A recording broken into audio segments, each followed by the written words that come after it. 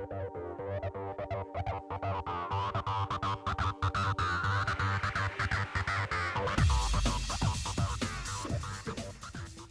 I'm Bart Baggett with Handwriting University International.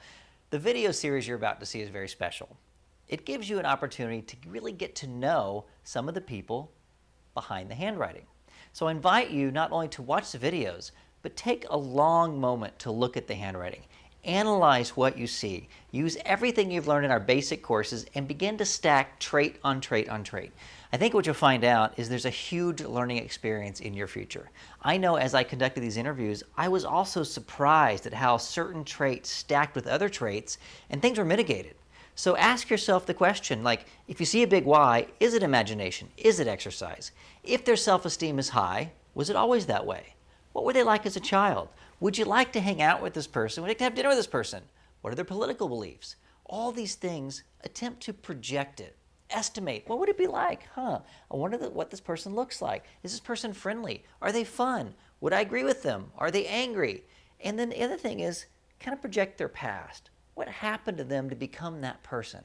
And I think you'll find, at least in this series of videos, that everybody we interview, they're charming. They have a warmth about them. They have a kindness about them despite some of the trials and challenges they had as a child. So take this as a learning experience, kind of an advanced handwriting analysis course for you to really begin to get to know the person behind the handwriting. Enjoy. So this is Theresa Gerling's. There are 8 questions, and we're going to meet her in a minute. So let's take 60 seconds each and answer each question. You have like between 5 and 7 minutes, and I want you to write the answer to this question and stay in your seats.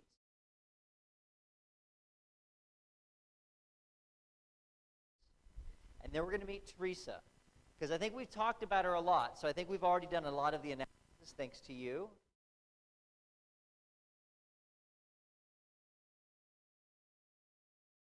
But I want you to answer the questions and take into effect everything you know about handwriting, not just the primary trait.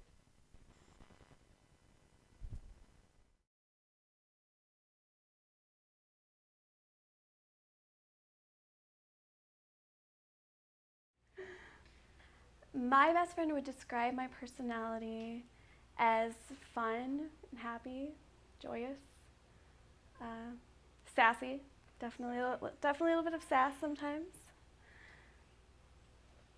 Sassy would mean that if I'm in a conversation with somebody, I'll have a little witty comment that I might drop that could be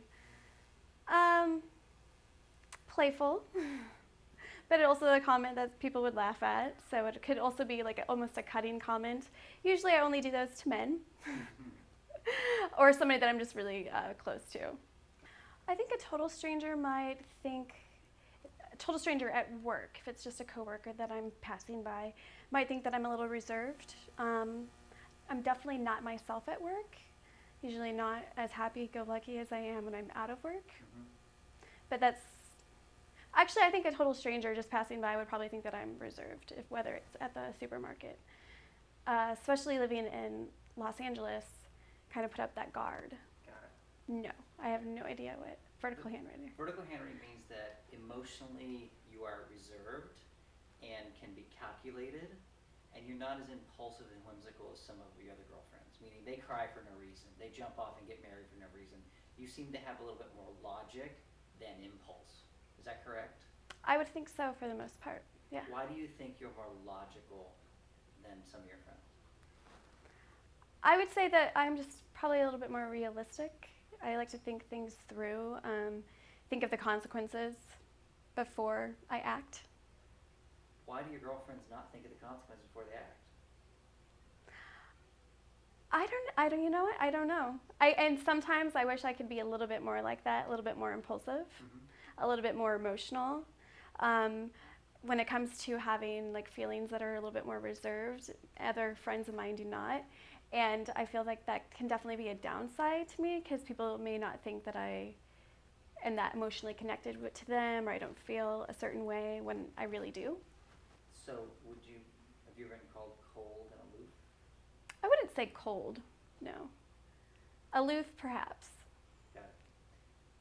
I might be emotionally reserved just due to past experiences, past relationships, starting from on the playground with mean kids to personal relationships in my life. No, I think it's always been pretty. This is pretty much the same handwriting that I've had since high school.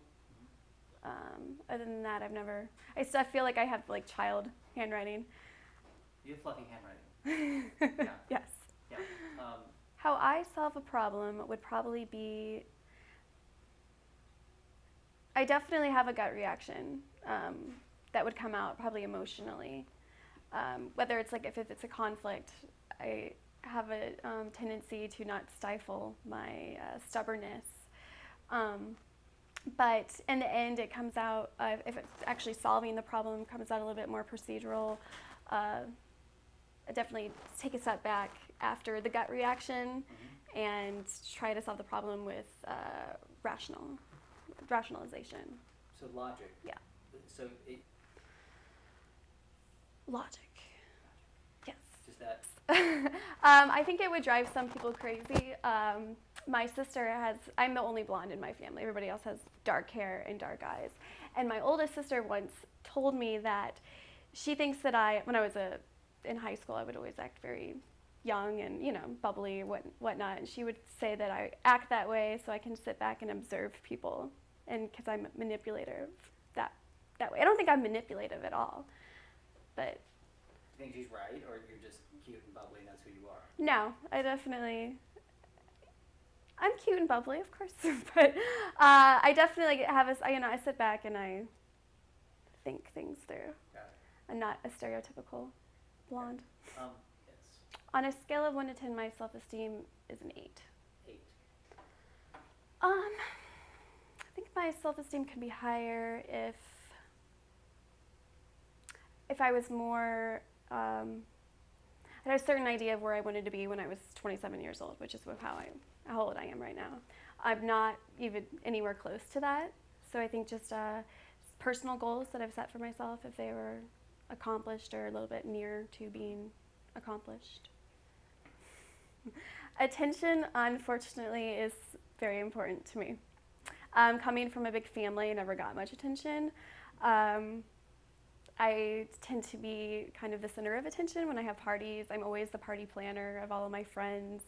But I'm fine sitting back and not, I like a certain amount of attention, but I'm also fine sitting back and letting other people talk amongst themselves.